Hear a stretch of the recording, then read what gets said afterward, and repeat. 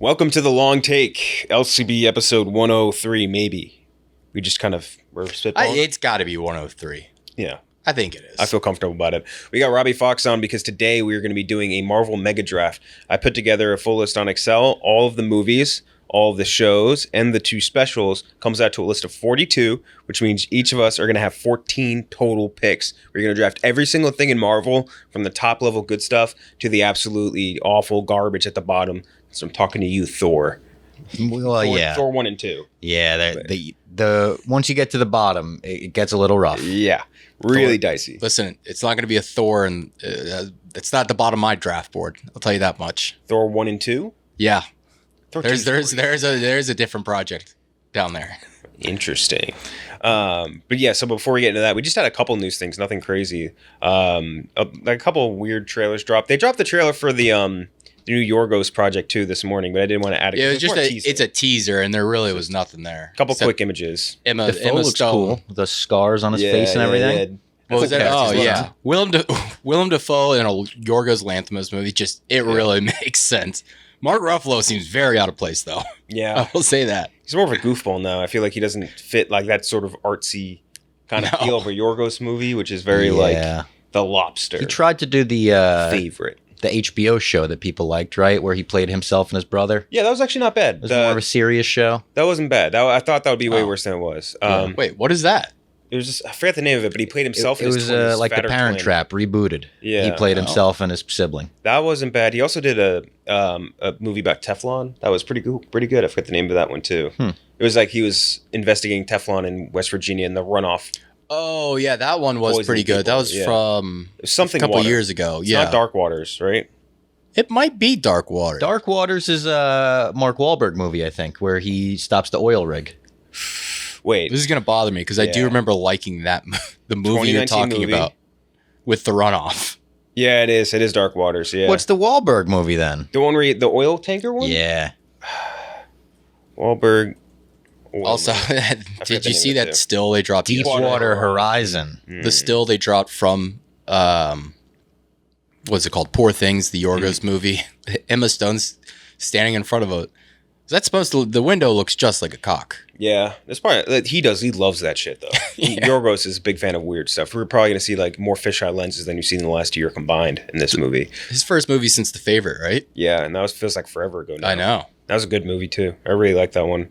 But the other ones we had was the Flamin' Hot trailer, Eva Longoria's directorial debut, Jesse Garcia, who I like. I feel like every time I've seen him in anything, I have enjoyed him. And Tony Shalhoub, among other people. I'm a Tony Shalhoub guy. Yeah. I really like Tony Shalhoub. Who doesn't like... Guy. Yeah. I mean, who does not like Tony Shalhoub? Yeah. It's this based on the true story of Richard Montañez. I like that. I said Montana. Montañez. A Frito-Lay janitor who claimed to have invented the snack food Flamin' Hot Cheetos, which they described in the trailer as he invented the best and most famous snack food in the world. Like, all right. Yeah. What are we talking it's about not here? even close. But yeah, it's like a good novelty treat. It's not even their number one. Yeah, exactly. The trailer seems like goofy. It's a Hulu thing. I don't know. Disney Plus, is it? And both, I think. Oh, okay. It's part of like that whole package thing. They'll throw it on ESPN Plus too. Exactly, yeah. It looked goofy, but also just not something like I would be interested in. Yeah, it's not for me. I will say I think the trailer looked better than it had any right to be. The concept sounds just like, do we need an origin for everything? I just saw Red Letter Media did Guardians 3, and they spoke about Wish, which I wasn't aware of, the Disney movie, which is it's an origin of the wish when you wish upon a star. Like, we don't need an origin for everything. This kind of feels like the same thing. Eva Longoria directing it, though, is kind of interesting. It is weird. This is her first movie she wanted to direct? Mm-hmm. She gets involved in some interesting stuff. She was a producer on... She was one of the only producers on the first John Wick. That's right. It's really? Yeah. Huh. Is that like DeVito making Pulp Fiction? Yeah, I really don't know what the connection was there, but I put it up on TikTok, this take on TikTok yesterday. These corporate biopics, and they've been brewing for a while. Like, we got Air, obviously, this year. Tetris, less of a corporate biopic, but you got this coming out, Pop-Tart movie, Blackberry movie this weekend. Blackberry movie apparently amazing, by the way.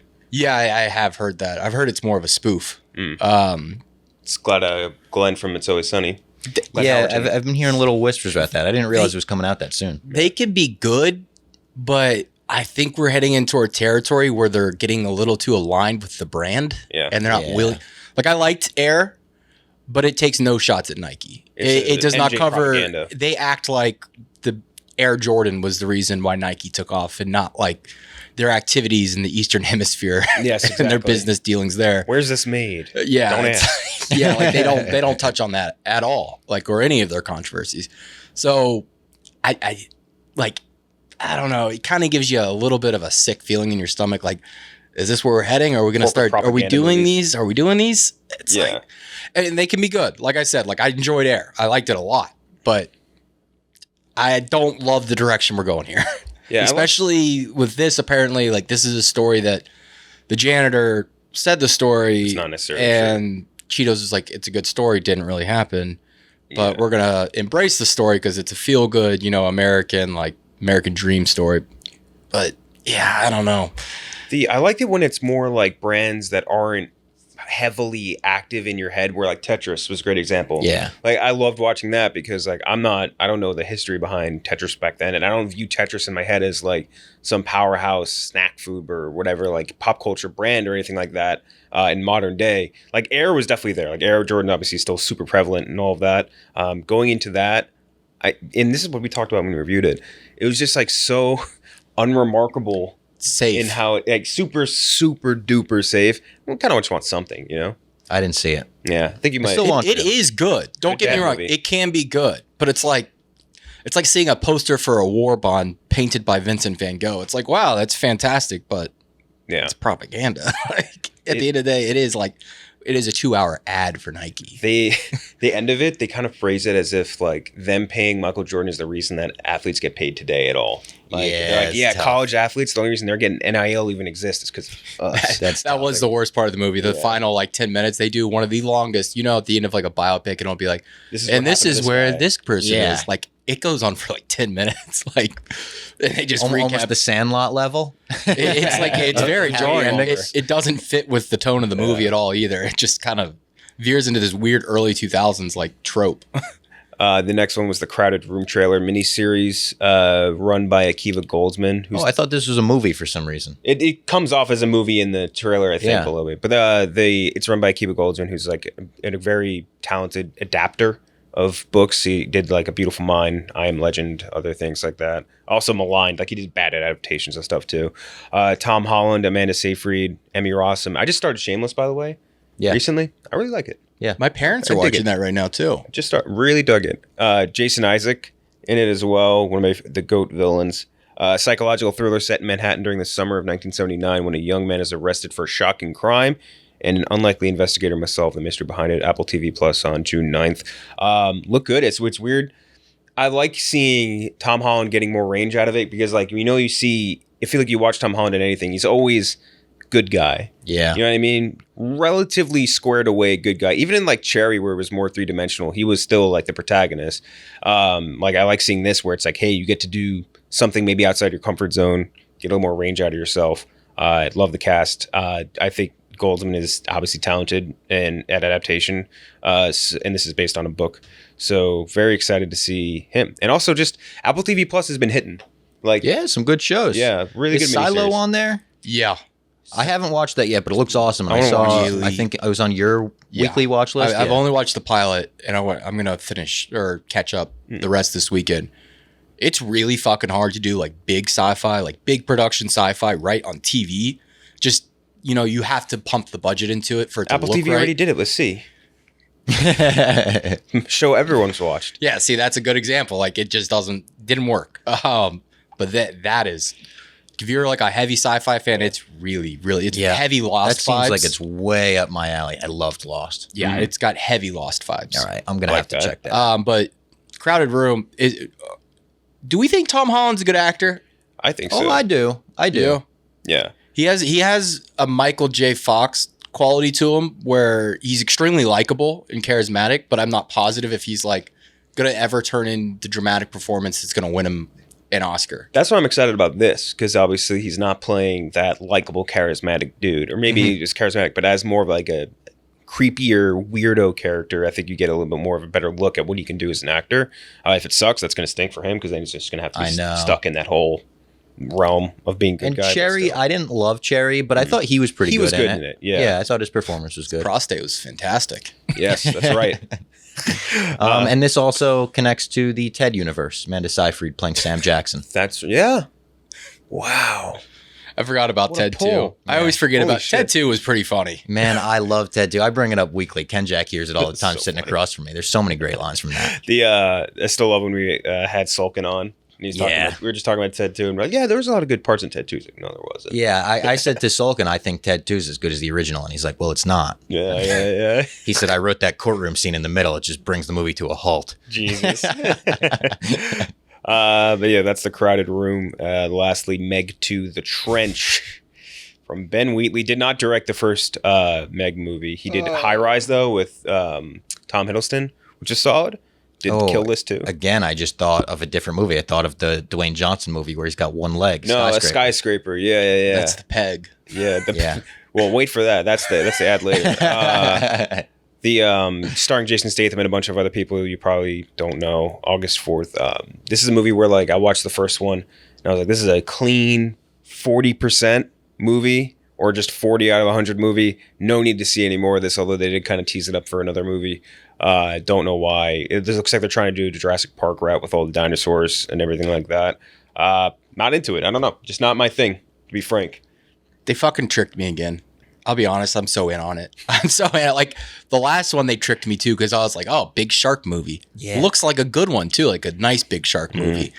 And then the Meg was barely in the fucking movie. Yeah. Barely in it. It's more Rainn Wilson than And Meg. they tease the subatomic or subterranean, whatever you want to call it, level where all the bigger stuff was. And then they just never explored it. Mm-hmm. So I got very mad at that movie. And I was like, you know what? And they announced the Meg 2 immediately after the Meg release. And I was like, fuck them. I will not see the Meg 2. I'm so in on the Meg 2. Once I saw that Meg come out of the water and just eat that T-Rex, I was like, oh yeah. Yeah, you got to embrace the Fast and Furiousness and do what the last one didn't. Give us tons of monsters, way less humans.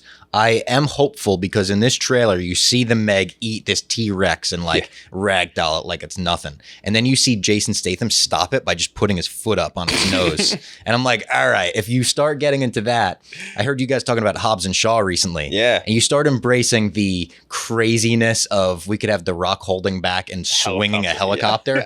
That's what I want to see out of movies like this. Yes. So if they do that, if Gooch will go opening weekend, if he gives me the report that it gets crazy, I'm in on it. Plane. Gerard Butler hitting someone with a plane. Yeah. Fucking tremendous. Dude, those movies are fucking crazy. But yeah, that's the Meg 2. Speaking of, we do have an exclusive trailer we want to air for you guys. So we'll hit that now.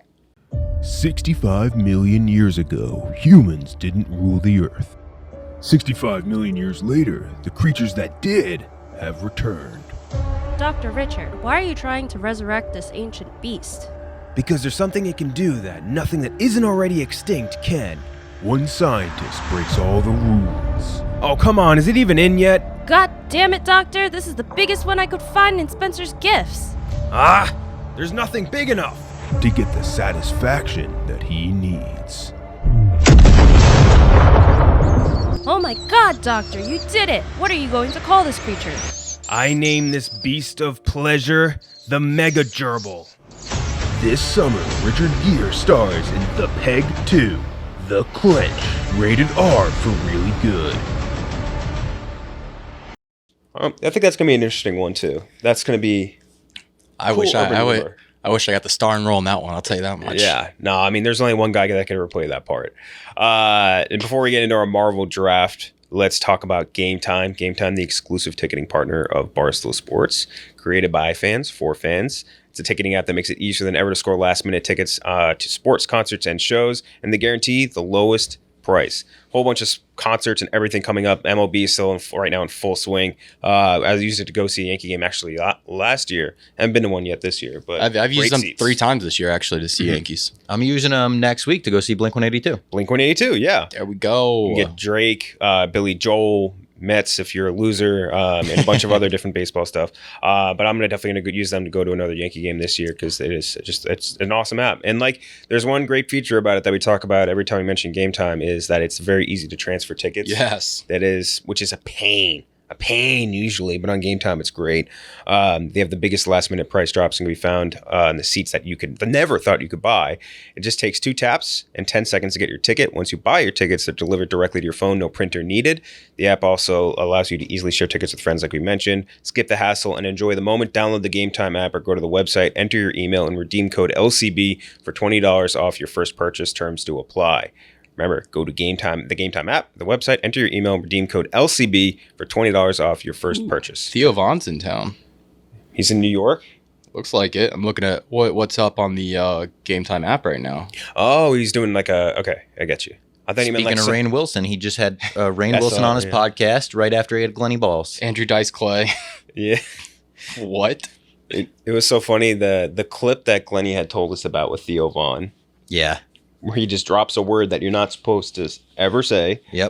That's been going viral on TikTok with people just like laughing at it and like, oh, like really? liking it. That specific clip? Yeah, that clip. Oh, wow. I didn't realize that was going viral. Viral in a good way, though. Yeah. Like, it's I crazy. mean, Glenny's face in that clip is unbelievable. He just like, you see the whites in his eyes. Oh, my God. Yeah. All right. So we got our Marvel Super Draft again, 14 picks each, 42 total options. I randomized the order before we started. It's going to be me, then Gooch, then Robbie. I think you're actually in a great spot with 3. Okay. Because going around, I feel fine about the 3, and we're doing it like, are we going snake? Yeah, full snake.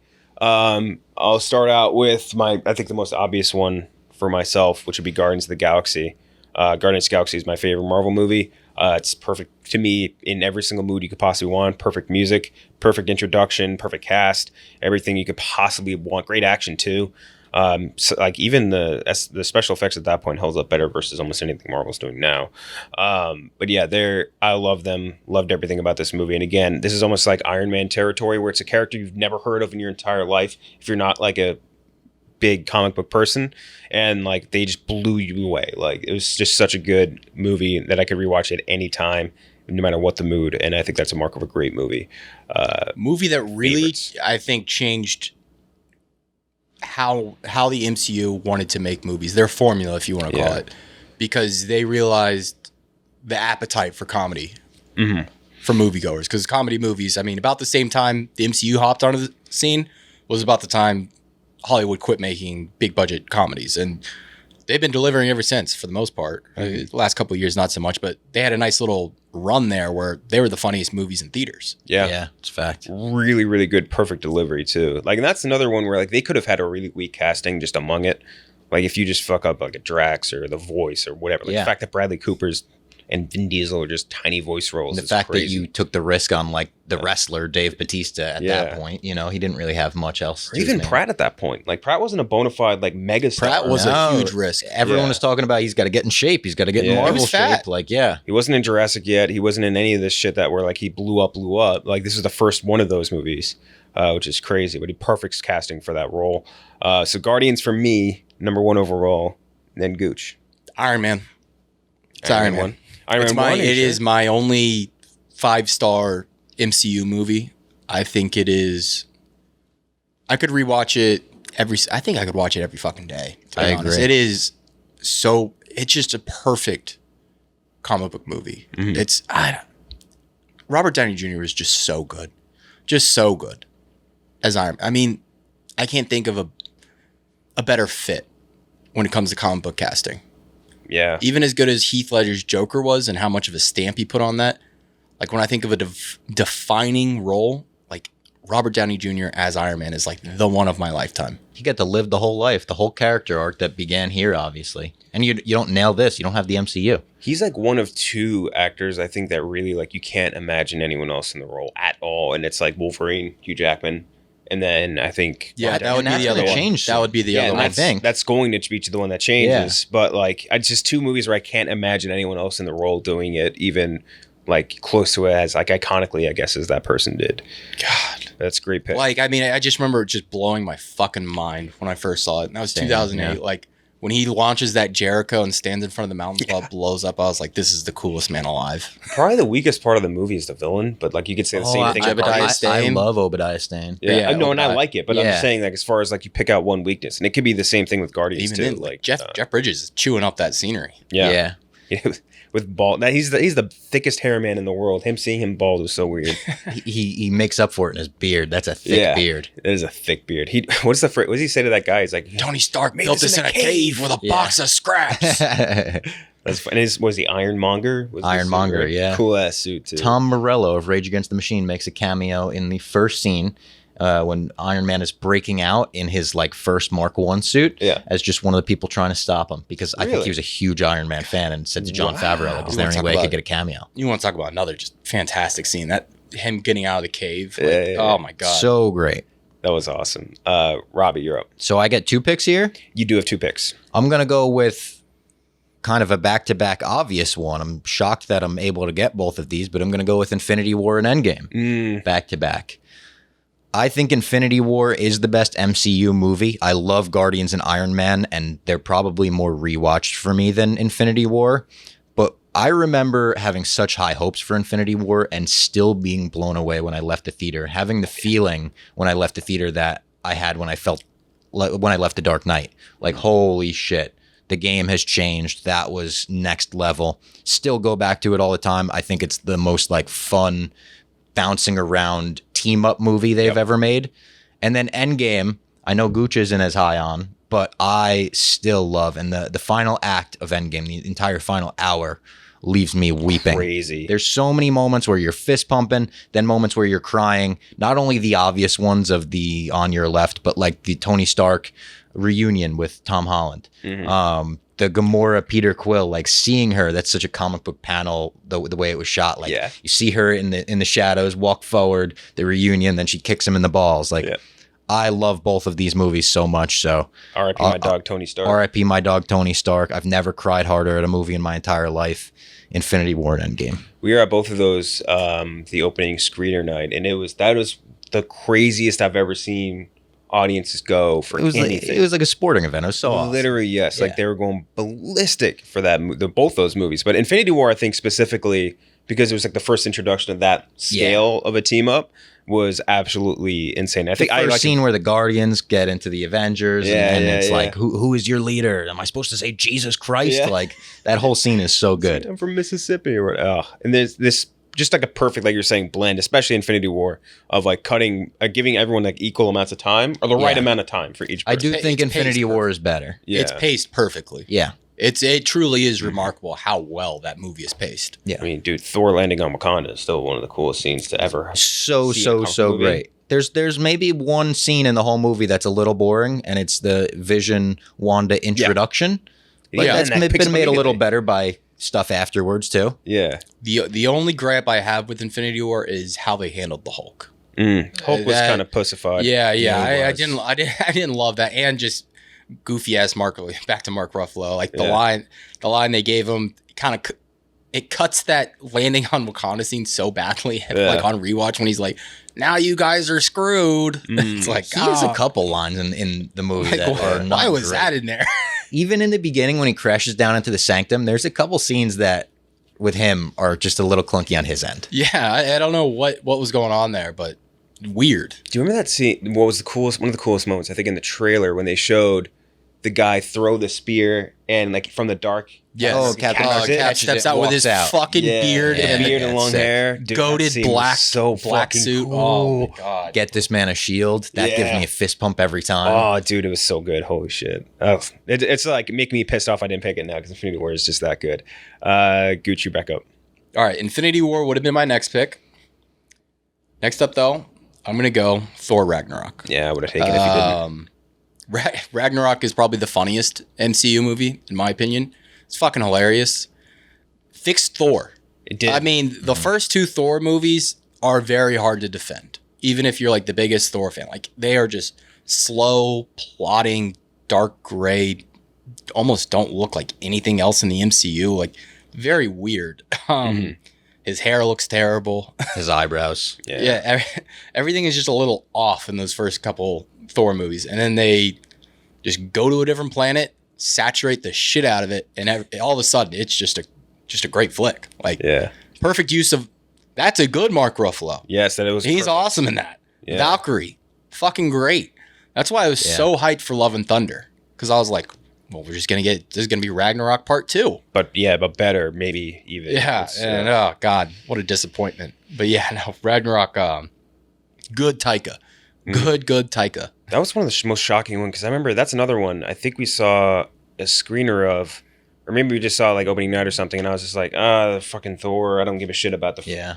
I don't really like the first. Because the first two Thor movies, he sucks. He's like at the point right before Ragnarok, he is the worst Avenger, like the least interesting one, and they turn him from this like really like kind of like depressing character into the funniest Avenger and like the one you want to see the most, and it was just incredible. And still so badass, like by the end when he's using his, power instead of the hammer, and the Led Zeppelin kicks in. The comedy doesn't undercut that moment at all. Yeah, I haven't even touched on Cate Blanchett. Yeah. Fucking Cate Blanchett in the MCU. Her moment of shattering the hammer. Yeah, that was crazy. She looks so hot in that movie. She's so hot in that movie. Yeah, that was. Carl Urban, funny role for him. Carl Urban was great in that. My stuff. And Korg, obviously, too. Like, Korg was the introduction of Korg, my favorite side character in the entire universe. He's a revolutionary. so good. Handing out pamphlets. Made of rocks. Yeah. Fuck, and there's just so many great moments from that, too. And I agree with you. It's maybe set the stage too high for Love and Thunder, but... Yeah, it's almost like they tried to do... It's almost like they really tried to do a cheap imitation of Ragnarok. Yeah. It feels like someone else directed it at points, but... whatever, we're going to have to get to it because we're drafting all of these. Yeah. I have back-to-back. I'm going to start with Captain America Winter Soldier. Yep. That's my favorite of the Captain America movies. I think it's one of the... Not even just, like, extremely cool from the Captain America standpoint, because I'm not, like, the world's number one Cap guy by any... Oh, that's me. Yeah, by any stretch. But, like, this one was so cool because it was just an espionage movie that was awesome that happened to take place in the Marvel Universe. Some of the coolest fight scenes in the entirety of Marvel. The entire highway. Yeah, GSP, that's right. In the beginning, I forgot about that. But then, like, the highway fight scene is crazy. The entire Bucky Barnes storyline was awesome. Like, those helicarrier fights where they're going all on different levels Taking and him everything. down. So good. And that was a great fight scene with him and Bucky where he's like, I'm with you to the end, or whatever the line is. Yeah. So good. And also the entire Sam Jackson or Yeah, I was about to Fury say. part. That might be the best Nick Fury movie. Yeah, I think so for sure. Yeah, it's got to be. Do the scene where like the cars like pin him in and he takes out the little machine gun thing. Oh. Yes. God, So it's fucking sick. awesome. Robert Redford, great role for him in that movie. Sneakily very good. And that's my favorite of probably Black Widow too, more than her in her actual movie. I love the scene where they go back into Camp Lehigh in Jersey, and they go down, and it's is it Zola down there? Yes. Yeah, the Nazi. So sick when it's like all in Toby Jones. analog Toby and Jones. stuff. Yeah. That's so good. And all like the Hydra guys taking over and everything. Oh fuck, man! It just gives you. I need to rewatch that too. Just a great scene. What does he say when he jumps out? That's a sexy movie. That is. That movie's dripping with sexual tension from Cap and Natasha, Oh yeah, Cap and Bucky. I was waiting for them to kiss the whole movie. yeah.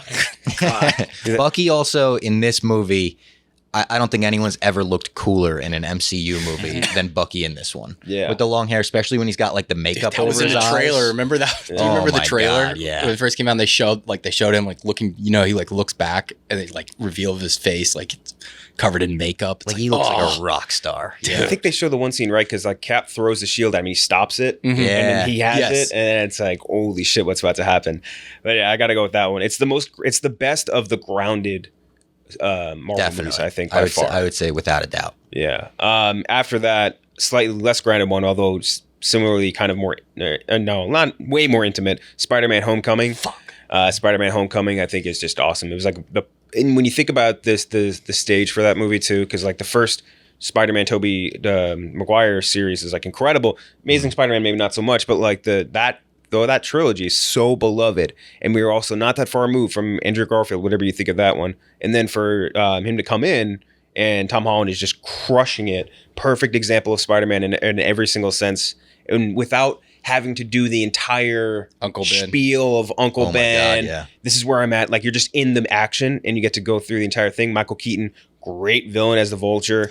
You still kind of get a little bit of him learning his powers and like like the responsibility and all that stuff is. Good Stark action. It's one of my favorite ones. It's so good. I think the Michael Keaton opening the door for Peter moment Yeah, that might be was my so favorite good. like twist in the entire MCU. They got me so good with that in the theater. I remember everyone gasping. The fact that it's half a Tony Stark team up movie helps so much too. If you're not, responsible with the suit, then you can't have it, whatever the famous line is. That him seeing the reflection of his face in the water at the end and powering up. There's so many great moments in Homecoming. I think it's clearly the best Spider-Man movie they've made. Yeah. And the fact that, like you said, they rebooted it so soon after the other two made this Peter very different, made this MJ very different, but very quickly made this like this is the Peter I think of when I think of Spider-Man. So It established an identity so quickly. Yes. Like the scene too where Ned, what a great character Ned is. Was a great. I was A about man to in the bring that up. chair. Yeah. what does he say where the lady comes in, he's like, what are you watching? Porn. He's like porn. Yeah. The scene with Michael Keaton and him in the car too. so fucking good dude. where you just see Michael Keaton's eyes in the mirror. Yeah. Oh, that's amazing. Good Danny Glover role too. Or nope, Donald Donald Glover. Glover. Donald Glover. Yeah. role, Donald too. Glover. We'll see if he comes back. It's true, yeah, he He could. seems to be like with Disney with the Lando stuff. He's like, I'll do it, and they're like, when? And he's like, we'll see. Him learning the suit too during that whole sequence was very funny as well. Yeah, the Her name whole was Karen. Staten Island ferry scene Nice little is like SpongeBob reference. Yeah. Yeah, Yeah, I love that one. Gucci back up. All right. Let me look where I'm at. That would have been. Those were my next two on my list. I'm trying to think of what I can get.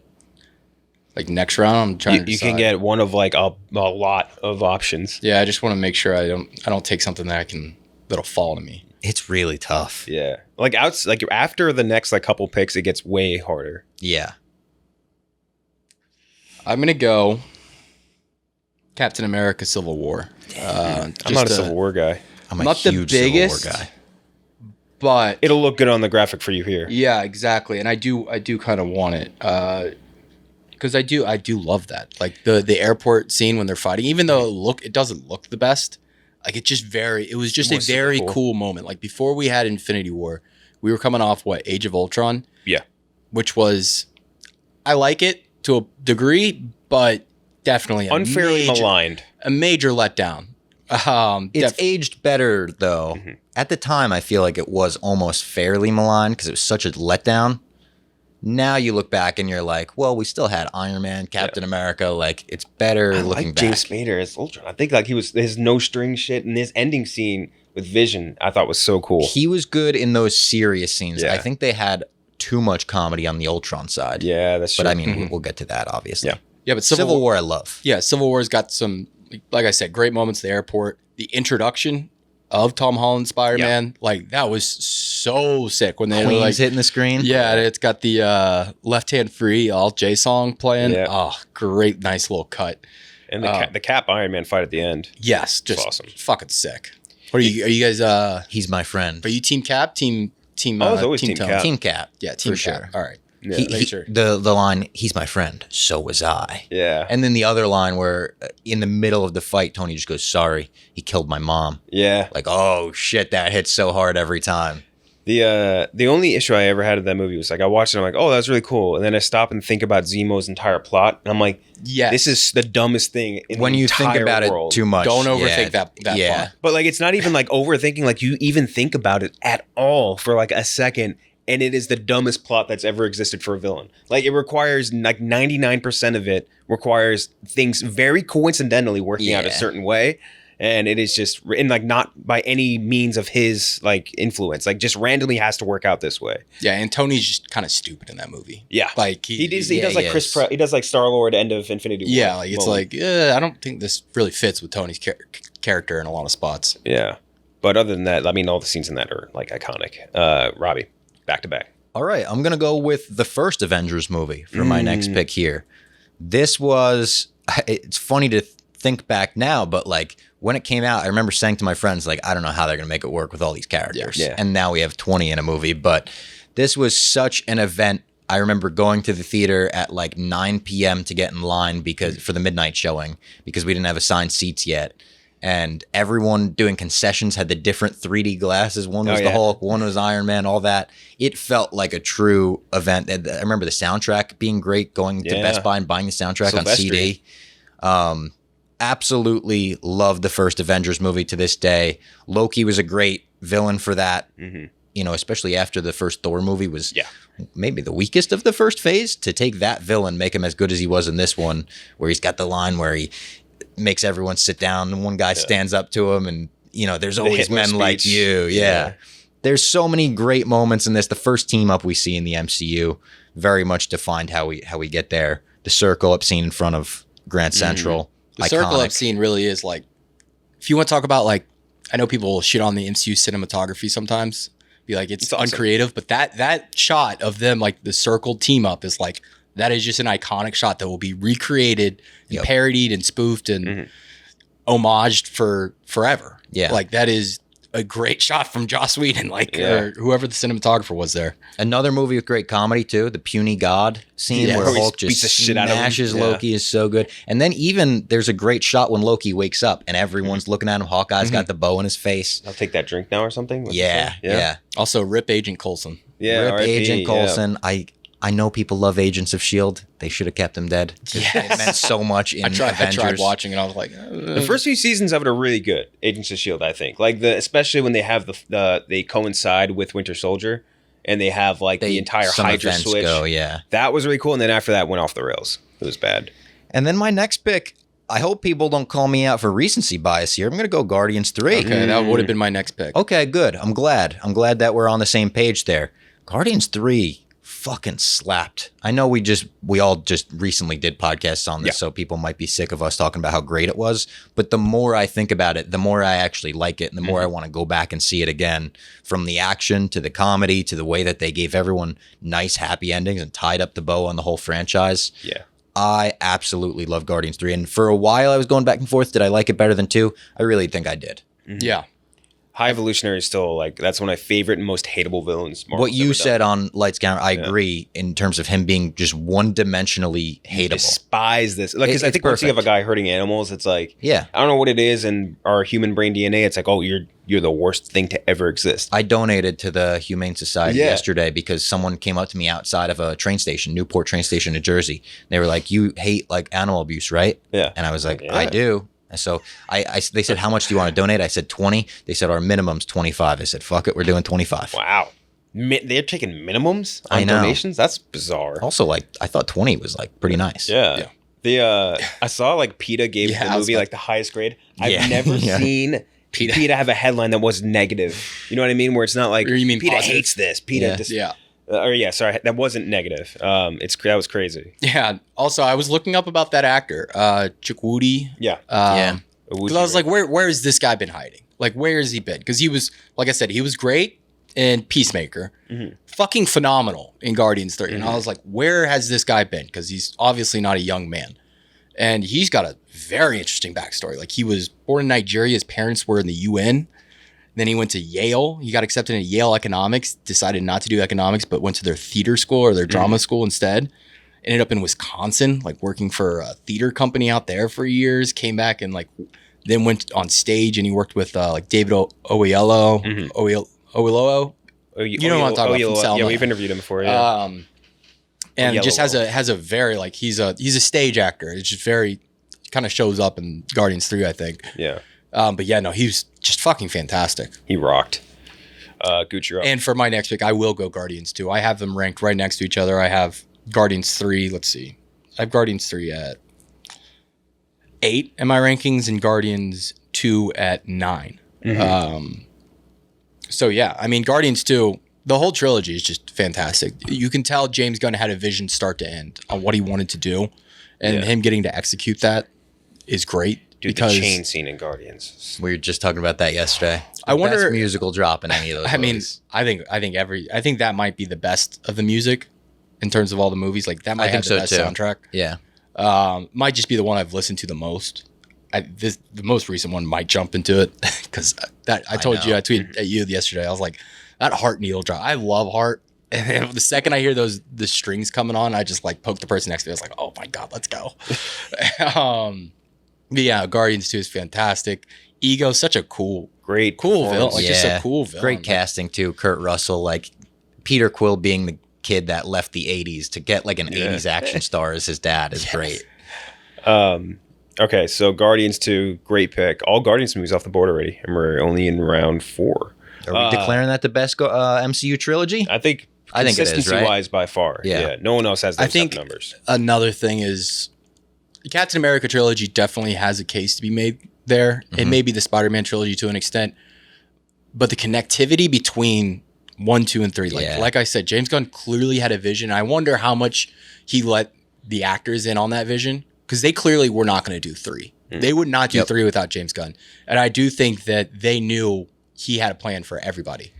Cap 1, I don't think is in the same stratosphere as any of the Guardians movies, but yeah, that would be like the next closest. All right, so for my back-to-back, I'll start with Black Panther. Black Panther, I think, is one of the coolest, like, just examples of like what a villain could be in Marvel. I think out of all the ones we've had so far, with the exception of, I guess, Thanos, he's like, Killmonger was the best villain. Yeah. So far. Perfectly three-dimensional, expertly acted. Michael B. Jordan was so good in it. And I think the introduction of the character of Black Panther was so cool because, like, obviously you start to get a little glimpse of his powers beyond what you had already seen in Civil War, but then you also get like straight into Wakanda, which like the world building for Wakanda was so great. It's fucking awesome. And then I think that the entire sequence from like T'Challa getting crowned and like having to fight, was it Baku, right? I think so, yeah. He had to fight him for the crown. That scene was great. Him getting crowned, him losing it then to Killmonger, and having to fight his way back. And the weakest part you could say is maybe that final fight scene, but like even then, Definitely is. Yeah, It is. Yeah. because overly CGI'd. But other than that, like I think when you look at all the other moments, all the other lines, like even the scene where after he kills or when he like stabbed Killmonger, that when they're on like the horizon of everything, God, yeah. Oh, it's so I mean, the whole good. Ulysses Claw subplot's Yeah. great too. That was awesome. Great Andy Serkis performance. What did he say? What is like? I'd rather be death than life in bondage or something like that. When he's like, I don't want to go to jail. like throw me with my ancestors or something like that. Yeah. It was a great scene. The first Killmonger like robbing the museum scene is so sick too. Dude, that was so good. The way he's like, He exudes coolness too in that movie. The haircut, the skin, all of the it. skin, Yeah. the scar. Yeah, it's all the fucking bumps. sweet. Fuck, that was awesome. And it was what 3-4 months before Infinity War when they say in Infinity War like, "Oh, I know a place," and you start hearing those drums, the Ludwig chorus hit in. Like Dude. the crowd was cheering for a movie that just came out. Yeah. Another one that felt like such an event. Goranson's soundtrack, I think, too, is probably the strongest in all of Marvel. Like this singular, best- his theme and everything in It's there. the best original. Yeah. Yeah, especially with The Weeknd coming on the soundtrack too, like all that, like The whole original, the soundtrack original music was is so sick. good. Yeah. Oh, and also what was really good in Black Panther was like the opening kind of scenes with Sterling Brown, right? The flashback. The flashback Yeah. sequences between all them, that was really cool as I well. loved all that. So Black Panther, and then I'll back-to-back it with the first show off the board, Loki. I'll take Loki. Oh, Loki. wow. Might be too early for it. I think it's the next quality-wise best thing that I have on the board. It was really close for me, so I don't think it's too soon. Yeah. So Loki, I think, is the by far the best show that they've done. And also just like that's the show where I went into. I'm like, I don't know what to expect from this. I liked Loki. I don't know if I need to see a whole show of him. And it was so good. The entire TVA thing, all the characters, the lore that they built into the back of that was incredible. I think the way that they paced that story out was really cool. Super funny. Yeah. Really, really funny. Shout out to our boy, Michael Waldron. And just one of those things you watch and it leaves you wanting so much more. Like I could watch an episode of Loki a day if it stayed on that quality level. It was that level of good. But I love that show. Natalie Holt's score, Yes. fucking perfect. Very With the good. ticking- Speaking the of ticking scores, clock. holy shit, yes. Mm-hmm. The whole, what was it, Goliath? Something like that? The Oh yeah, Eliath, it was the smoke Yeah. monster from Yeah, Lost. Just lost in the, Smoke Monster, yeah. the scene where Richard Grant sacrifices himself, the music crescendoing in that, everything about Loki I loved. Every episode felt different in a perfect way. I agree with you in that it being the best show far and away. Owen Wilson, fantastic performance. The first episode where Loki gets to like relive his life that he missed out on, essentially. Heartbreaking performance from Tom Hiddleston. I can't wait for season 2. Hopefully this Jonathan Majors Kang shit doesn't fuck things up too much. I mean, we can talk about Jonathan Majors is really good there. Yeah. I mean, Oh he's, my he's, God. he's so good. Like he's given like that So good. manic, like almost Willy Wonka like esque performance. Like, yeah, that was awesome. That's why Just a that's why unique way to do a Quantumania. finale, It was too. like Yeah. the hype for Quantumania was there because it was like if you had watched Loki to the end, like you were like, no, this guy in this role, yeah. fucking perfect. Very excited for the next season of Loki. Gooch. If we ever get it. A movie you just recently shit on. We're gonna go Captain America: The First Avenger. Damn, wow, that's so far down my list. It's crazy. It's That number was so 7. close for me. I was gonna get it. It's number 7 in my rankings. Number 38 on my big board. Oh, that's Whoa. you just hate America. For I told you, real? that movie Holy is so, shit. That movie to me is like Ang Lee corny. No. It doesn't fit in the Marvel to me. Like It's perfect. It's so It's Captain comic America. booky, yeah. It's so Captain America. Yes. That I is just- like ugh. what makes it perfect. Like Bro, him being jumping small. on the fucking grenade? That's one of the best moments Yes. in the MCU. No, and nobody, by the way, there is nobody that is given less of a shit than Tommy Lee Jones in that movie. Like nobody like has Tommy Lee tried Jones in less. But I like Tommy Lee Jones. I like that scientist that helps him out. Yes. Oh. Stark or No, the German scientist. yeah, he's got oh, yeah. Who gives him the serum yeah. gotcha. when he comes out? Stanley he's just- Tucci. He's just Yes. jacked. Mhm. Oh my gosh. The CGI in that for the time is pretty impressive with his head on his tiny little me The body. tiny body. So Captain America won. Yeah. Oh yeah. Captain America 1. Haley Peggy Atwell. love story. Yeah. Oh my gosh. I can't believe you don't like it I think that it's so much. corny. His first scene where he chases down the guy when he's got the super serum, he's running through the Yes. streets. All right, I have a There's 33. so much about that movie I love. Beating Nazis, man. I know. No, you know I Nazis? love when they beat Nazis. Red That's like my Skull is favorite the thing. most comic booky, like when he rips his face off like fucking Yeah. Michael Keaton in Returns. He's like not even really Nazi. He's like Hydra, which is like He's like the worst. Like that. Even the Nazis can't like. They're like, oh, Yeah. this guy. He's a little crazy for us. Like he's really. I mean, Post-credit scene where he wakes up in Times Square. that scene was cool. That was That's a great sick. setup. Yeah. He's like, I was at this game. Also the punch in the bag. Punching the bag off the chain. Yeah. So all three Captain America movies are in my top 10, and all 3 Guardians movies are in my top 10. But like I said, Captain America movies just don't flow exactly the same. Like you know what I Yeah. mean? And And Civil War almost isn't even a Captain Cap America movie at all. Yeah. I believe the first one was written by Marcus McFeely too, right? I'll have to check. Who went on to do Infinity War and Endgame. Actually, I have no idea. I don't even know who directed it. Who did direct? Joe Johnston. Yeah. Okay. Robbie, you have back to back.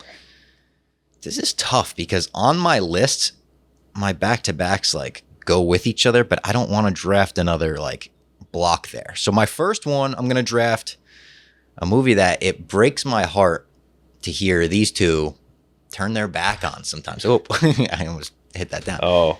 Spider-Man No Way Home. Yeah, I A figured that's movie where you're that, man, I loved it when I first saw it, which my first viewing of this was on a bootleg because I got COVID the day before it came out. Oh, going. Absolutely terrifying. I was like, I don't want to get COVID the day Spider-Man comes out. My worst fears realized. But luckily it came out internationally first. So there were bootlegs online. I still love this movie. I know that it has its faults, and sometimes you watch it and you go, okay, this was made in COVID because there's never more than like 3 people on screen together at once.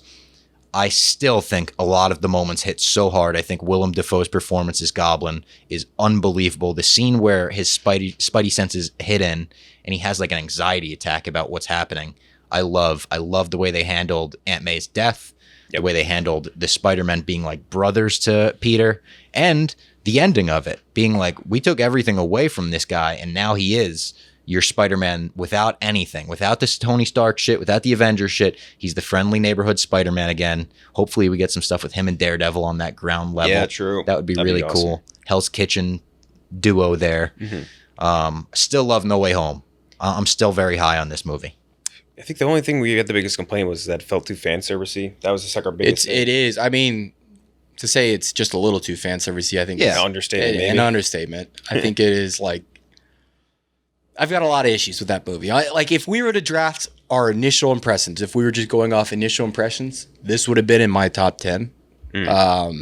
But going back on that rewatch, man, like there's a lot. I'm just like, they didn't. I don't think they needed to bring back everybody. Yeah. Like they bring back Toby and Andrew, bring back the Green Goblin, Electro. Don't need. I was him. going to say, They Sandman, needed one of don't their need him. villains, I agree. though. Like, Doc It's also Ock, weird I as don't think fuck they that need they Doc brought Ock. back 5 Yeah. instead of 6. Yeah. Yeah, because then you're just like, we're not doing the Sinister Six. That's weird. Yeah. I'll admit that. Dr. Connor, don't need him. Like, Yeah. I think if they had focused more on that Goblin Yes. and then the 3 Spider-Men working together to And either heal Doc him. Ock, I liked him at least. I do his like him. change. I just feel like I wish I had gotten more Andrew and Toby. Yeah. True. You know what I mean? True. I love their whole in all their interactions. I thought were really good. All things considered, especially just them explaining how like the web things, The webs, that web the part was really organic funny. shooters, Yeah. the villains that they've faced. I've faced an alien. I've gone to space. Like, Spidey versus love Doctor that Strange. stuff. Yeah. Great. yeah, great fight.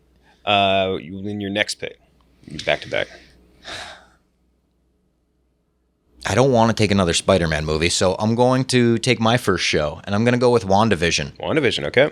WandaVision started a little slow, and it fumbled on the finish line, in my opinion. I didn't love the WandaVision finale, but in the midst of WandaVision, when they're in the 70s and shit is starting to, Crack. look a little weird, Yeah. everything's starting to crack. I don't know if I've ever been more intrigued by an MCU show week to week and more like, oh my God, this is something we've truly never seen. Being the first MCU show helped that a lot. The performances were great. Elizabeth Olsen and Paul Bettany. Son of a bitch. I know, that motherfucker. But they were both so good in the show. So I'm gonna take WandaVision there. The middle of WandaVision, from episodes like 3 to 6 or whatever, Yeah. I think those are as good as any MCU show has to offer. Her going out and just saying no and things rewinding, like that was a moment. Yeah. See, I even love the first episode. I like it going back. When I first watched it, I was kind of like, what was that? Now going back, I'm like, okay, that choking scene and everything. Yeah. But yeah, no, agreed. It's like it's almost like what could have been for me, because it's like the end was just so different from everything we had gotten up until that point. Yeah. It's kind of weird. They abandoned like all the intrigue and the The CGI laser mystery, the fight. slow burn, and then it just becomes a magic CGI fight. Yeah. And I didn't love the design of White Viz. I'll never move past White him. Viz, forgot about that. Him looking like a sperm. Yeah. Oh, I never thought about that. Now I'm not going to be able to unsee it. Yeah, Little he looks like a sperm nut. flying through the Yeah, air. he looks like a little nut. Gooch, your pick. I'm gonna go Doctor Strange.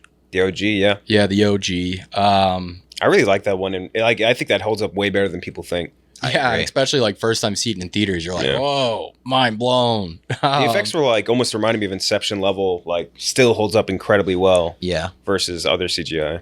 Yeah, I mean, it's just really fucking cool. I mean, Doctor Strange, like going in, I was kind of worried because I'll be honest, I don't love looking at Benedict Cumberbatch. No offense to the Just man. his face. No offense to the man. I mean, There's he's a little just, offense there. That he's is just- offense. he's a little uncomfortable to look at points. Damn. But he came in and he delivered like this cocky ass like performance that made me really fall for Stephen Strange. I was like, this guy's cool. Like whipping that car around fucks up his whole life. I mean, it's just a cool. The visuals are just amazing. Like that's really what puts it up here for me. Like it's just mind blowing. It looks so cool.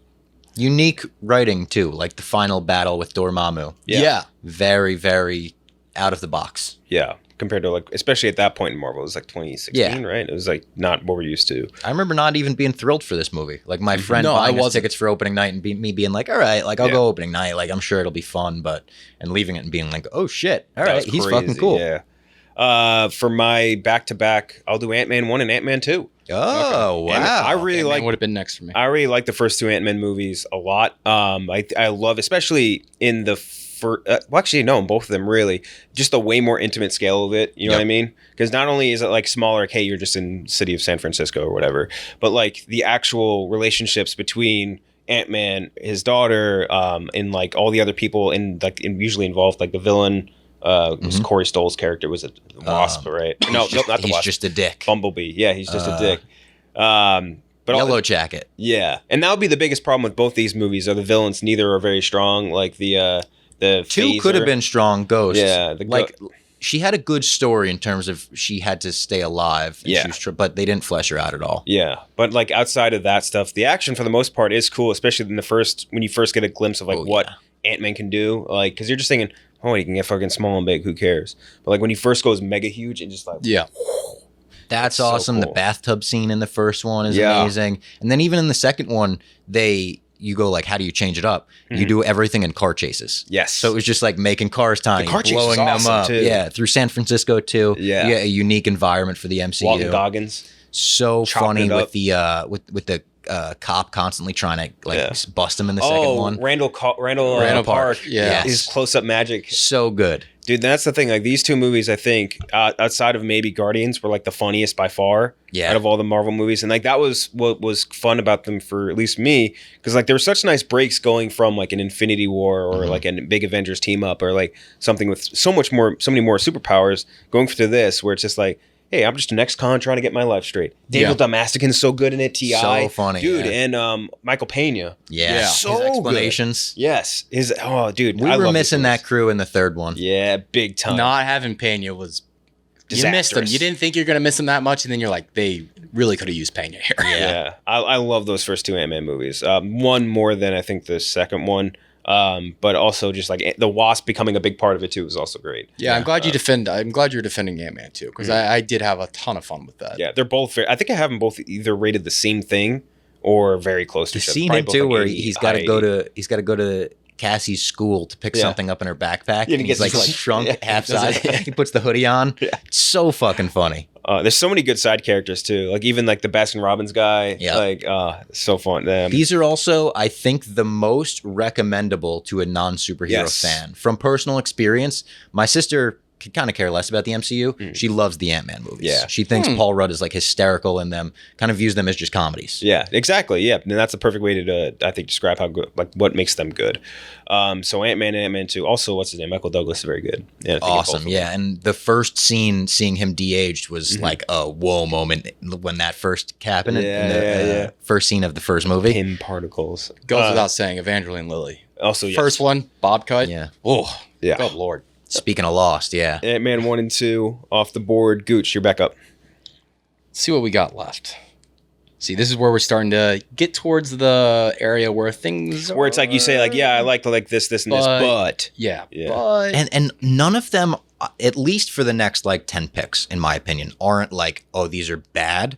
They're all slightly above average, but they're all in the exact same realm. Yes, with each other. I'll be honest though, just talking about these, like, I want to go do a fucking Marvel movie marathon. Like, it's making me want to watch them so much more. Just talking about them. All right, I'm gonna go Shang-Chi. Damn, that's what I was gonna get on the turnaround if I could. Yeah, Shang-Chi. Great villain. Great villain. I think the first. How long is the runtime? I'd say the first 75-80% of this movie are like top 15 MCU. Like you're heading in the direction of it being like a top 15, top 12-ish MCU movie. The back 20% is where I'm like, what do we do? What do we do? It turns into the kaiju fight. CGI again, yeah. I'm like, what? Why would you undo like what made Shang-Chi so cool into that point was how awesome the fight choreography was. Yes. So awesome. Fights. It was very reminiscent of like Jackie Chan movies where he's like, especially in the building when he's swinging across the boards and like it's so on the scaffolding. Oh, yeah. Just really cool. Like you said, Tony Leung, fantastic villain. Like you can empathize with him. Yeah. Incredibly well. Like you kind of see his motives and you're like, all right, yeah. That first scene too, when they show like him in like in BC basically. Yeah. He just takes out the rings and yeah. The ring fights, by the way, I thought all the ring fights were really cool. Yeah. The ring fights were great, and I agree with Gooch that when you bring in the monsters at the end and everything, I get it. Like, it's cool, but save it for the sequel and just make the ending like Shang-Chi versus Dad. The whole movie was about that. Exactly. And you kind of took away from that in the end. I love the Mandarin thing that they did in this too. Oh, yeah. The retcon. Yes, he was so funny in this movie. Yeah. And the little pillow guy he had. Trevor. That was great. The bus fight scene, one of my favorite good. action scenes in the MCU. Florian Mutinow. Yeah. Shout out Creed 2 alumni. Yeah. Insanely massive in that. I love this movie. Awkwafina. Though, I really do. Good. Awkwafina very good in that. Good. Yeah. I'm an Awkwafina defender though. The Wong karaoke bit. Yeah. Wong became like a comedy character, I think, in that movie, and that carried over into the second Ant-Man. So Shang-Chi off the board. Robbie. I'm going to go, I can't believe that this is still on the board, to be honest with you guys. I'm going to go Spider-Man Far From Home. That would have been my next. I would have grabbed it if you didn't, yeah. I think it's the weakest of the Spider-Man trilogy, but I still really, really like it. I love Mysterio. I can't believe they were able to pull off a Mysterio that wasn't like goofy and ridiculous in the movies. Them bringing in like CGI and him wearing a mocap suit and everything was such a great twist. Them dealing with the fallout of Endgame and Yes. Tony Stark's death was well handled, I thought. Very funny. Yeah. Like that little video. It's very The in funny. memoriam and everything of the blip, and then even the glasses of just like Tony wants you to be the next guy, and Happy having to reassure Peter in that moment. His budding relationship with MJ. I think Far From Home is actually a really great movie. I also like the idea of let's do a field trip movie for Peter Yes. Parker. Yeah. It's like a great concept overall. So I'll go Far From Home. Yeah, I have it one spot ahead of No Way Home in my rankings. Yeah, no, Jake G is just. I mean, he really committed to it. He ate that up. He which I had a love. lot. He's one of my favorite actors. When I look at like his movies, I watch every movie he's in, and he almost never misses. Yeah, he's like people. I think unfairly don't think he's a good actor because he's like insanely good looking. And you think like, oh, he's just an A-list actor because of his looks. He's just going to cast this shit, not for skill. But then you watch like all these like not major blockbuster movies he's in, he crushes it. Yeah. You watch him in like Nightcrawler. You watch him in like Prisoners. You watch him in like even like ones where you don't think automatically of him, like Okja. I think he ate it up in Okja. Yeah. I think he did a great job in Okja. And a couple other things too. But Spider-Man 2. And then Also you get a funny scroll type storyline in the background of this with Sam Jackson and everything. Yeah. The whole ending of that I thought was very well done too. Like kind of setting Peter up to fail. And all that. Dude, when they do the reveal in the bar, and it's like why like what his motivations were all along. Yeah. He named And he's like, Barf. yes, that was such a great cutaway. It's so stupid. It's so and they funny. bring back Ralphie from Christmas Story Christmas for that Story. quick moment. So Spider-Man 2 off the board. Now you have one more. I'll go Black Panther Wakanda Forever. Yeah, I would have taken that too if you didn't get it. Yeah, aside from the newest Guardians, I felt like this is the strongest MCU entry since I guess since No Way Home. This one felt it felt real and heavy in moments because of the obvious Chadwick Boseman stuff, but it didn't lose the fun that the first movie had. Like Shuri stepped up into that role really well. I thought they handled Ironheart really well and made me want to see her in her show. The stuff where they go to her college and I hate that part. You didn't like the Ironheart stuff. I like the Ironheart character. I think it was bad for this movie. I think It didn't need it. It definitely didn't need it. I think it stops for a 30-minute ad for her show. And I was like, I like when they go to her college. I would much rather spend the time with Shuri, with Wakanda dealing, because like you said, that beginning when they're dealing with Chadwick's death. Yeah, that's the best part of the movie. That's as good drama. That's as good of drama as we've ever gotten in the MCU by far. Shot beautifully. Ryan Coogler knew exactly what he was doing. Everyone was on board with it, and then it veers into that plot line, and I'm like, Could have done it easily. Yeah, without it. I'm like, You I definitely don't could have. need It makes it a little fun though. Like, would it be too heavy if the whole movie were? wouldn't have hated if it was too. I mean, this is. Yeah. It was a very. I mean, Chadwick Boseman fucking died. Like Yeah. 43 years old.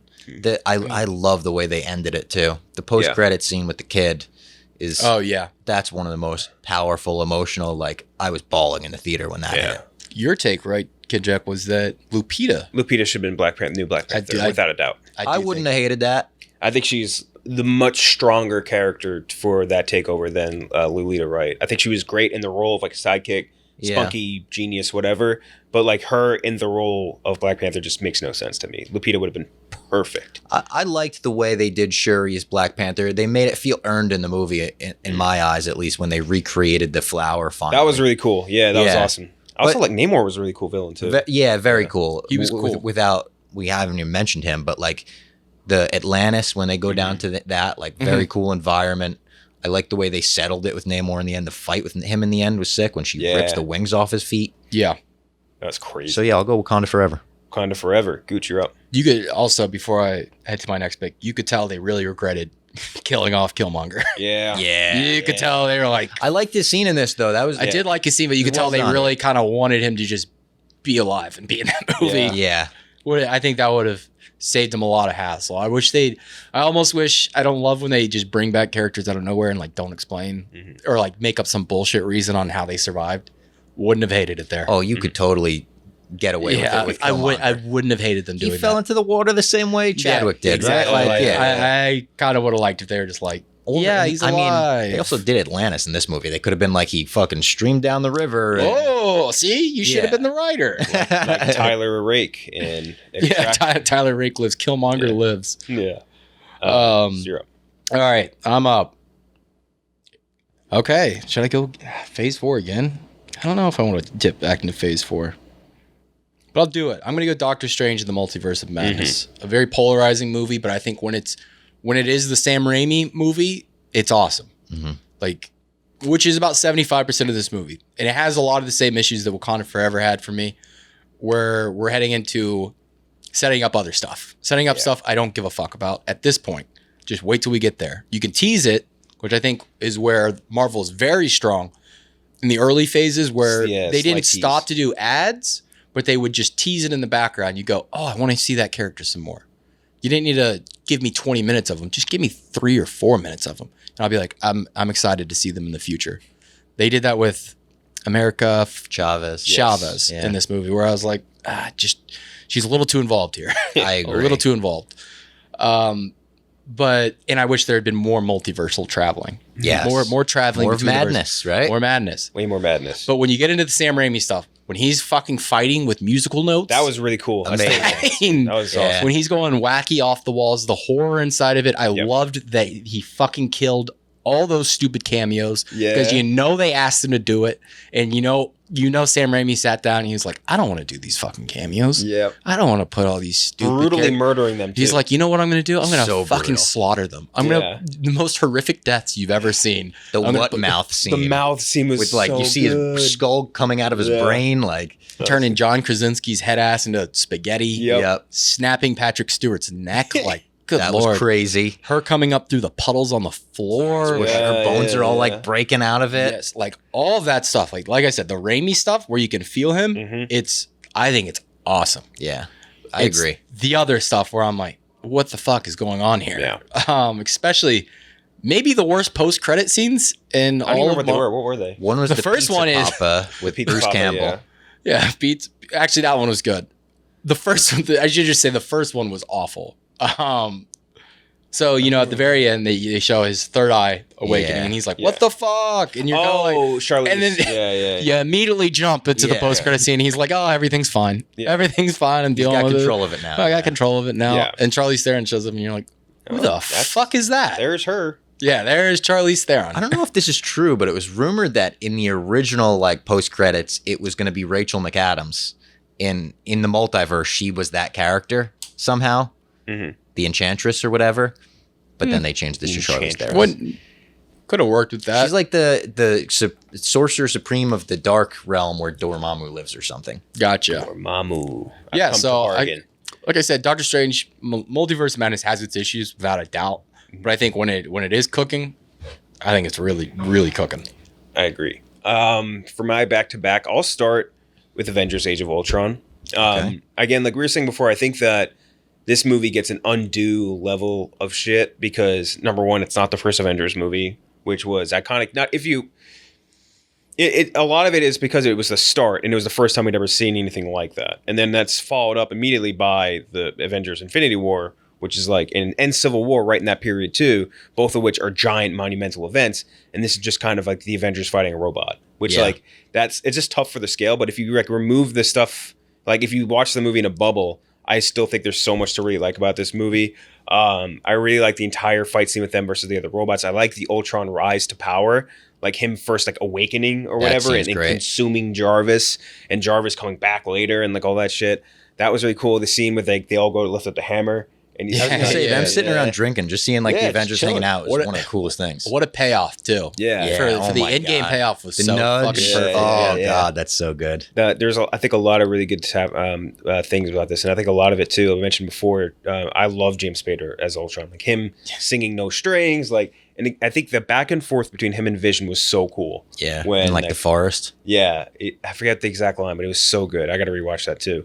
And the fight when the whole thing's going up in the air, I thought was really cool as well. I thought the introduction of Wanda and Quicksilver was also cool too. Like, you got to get a sense of like what, like they're almost like the bad different guys. characters in this one. Yeah, which is it's tough, weird. but yeah. Yeah, like she has the full accent. They have the full accent. Yeah, full on accent. Was it Colonel von Stryker or whatever? Even like the opening fight scene where they're in the snow, just like beating the shit out of all those guys. That's a great fight scene. And the slow mo shot of them. Yeah, like, they all coming. stop and it's a really good one. Language. Yeah, language. I still do like a lot. Even like the Ulysses Claw stuff in this one I thought was kind of cool. Yeah. And the Iron Man versus Iron Man versus Hulkbuster. Hulkbuster versus Yeah. Hulk. That was a sick fight scene. Really cool. He says, go to sleep as the thing's like punching his face over Yeah. and over again. Yeah. That was a great scene. So I'll go Avengers Age of Ultron, and then I'll back to back it with Iron Man 2. Iron Man 2 is another one, not in the same stratosphere as Iron Man 1 to me, also leagues ahead of Iron Man 3. Mm-hmm. I like Mickey Rourke in his role. I like his weapons. I thought were really cool. Justin Hammer I think is awesome, and I'd love to see him back in some sense. He should be back in Ironheart. Yeah, he was really good in that. That would be cool. He was like the perfect like dickhead counterpart. My guy Sam Rockwell. Yes. See him every week at the gym, baby. Yes. Really? Yeah. He lives in New York. Yeah, he's tiny. Very small man. He's really small. You It's very funny. ever say Moon is a good movie? The what do you call it? But I'm trying to think of like some of the other stuff. too. Elon Musk cameo.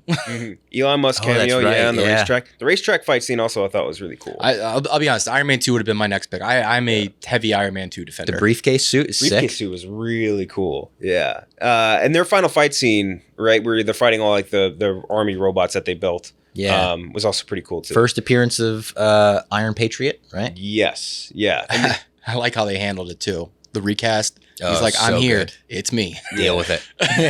do they have that big fight in that one in the mansion?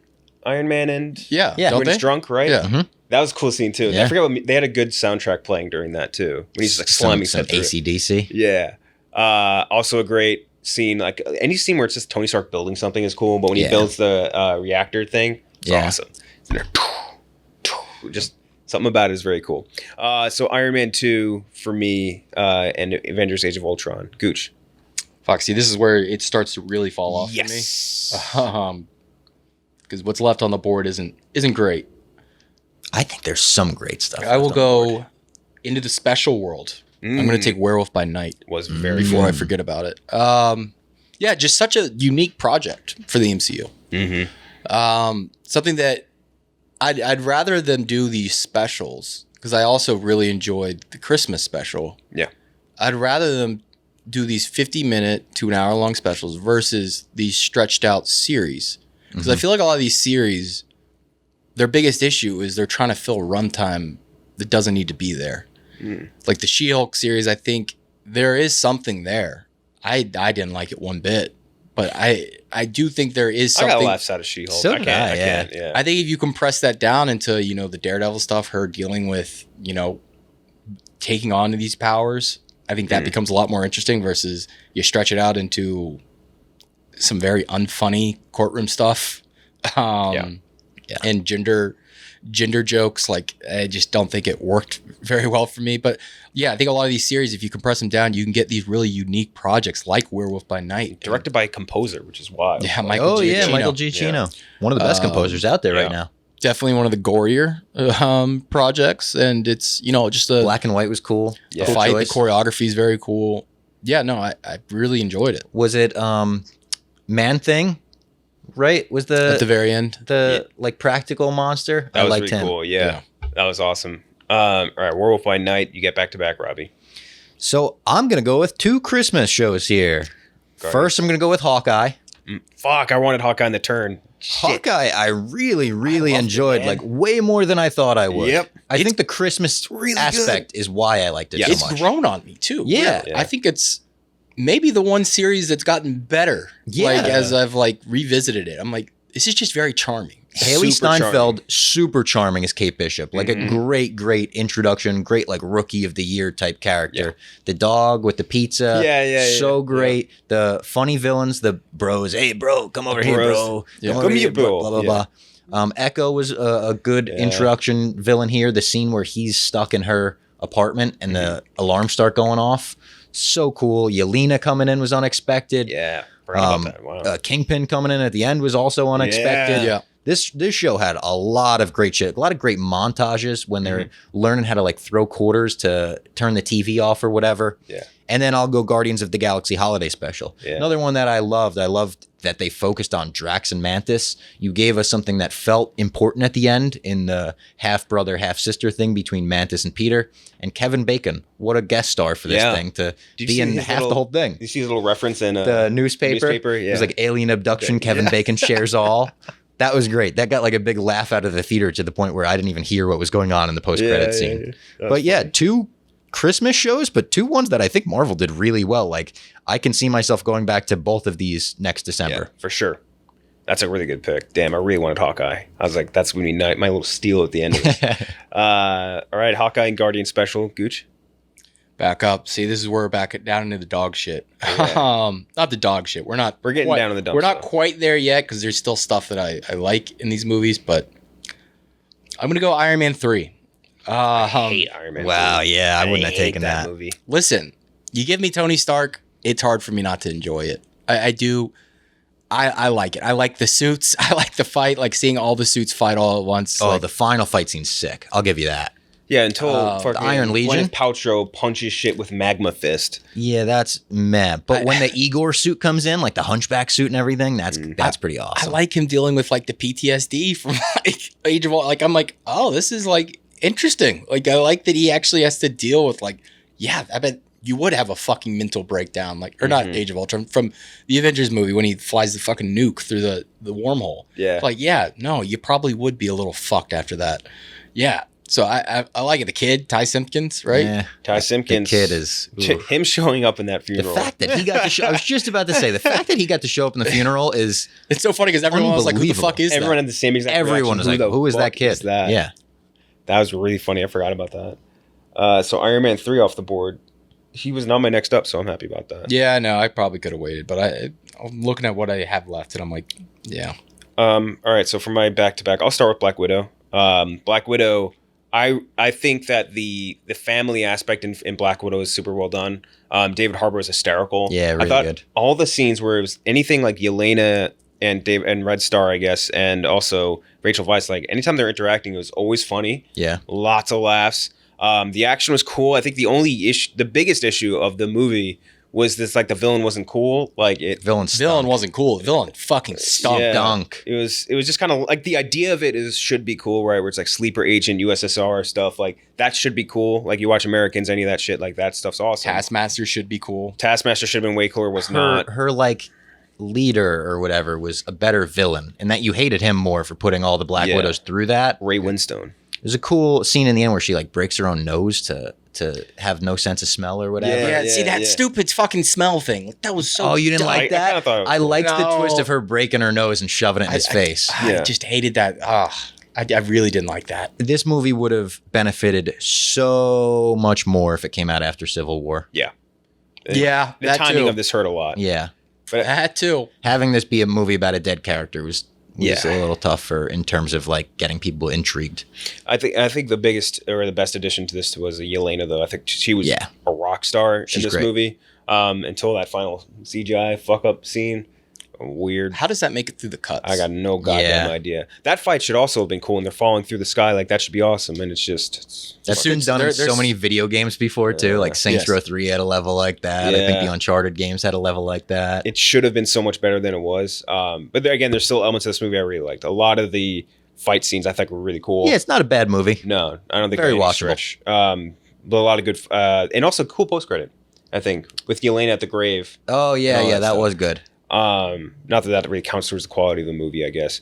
But I'll go Black Widow, and next this is where we get really is a Yelena movie. yeah, It really is.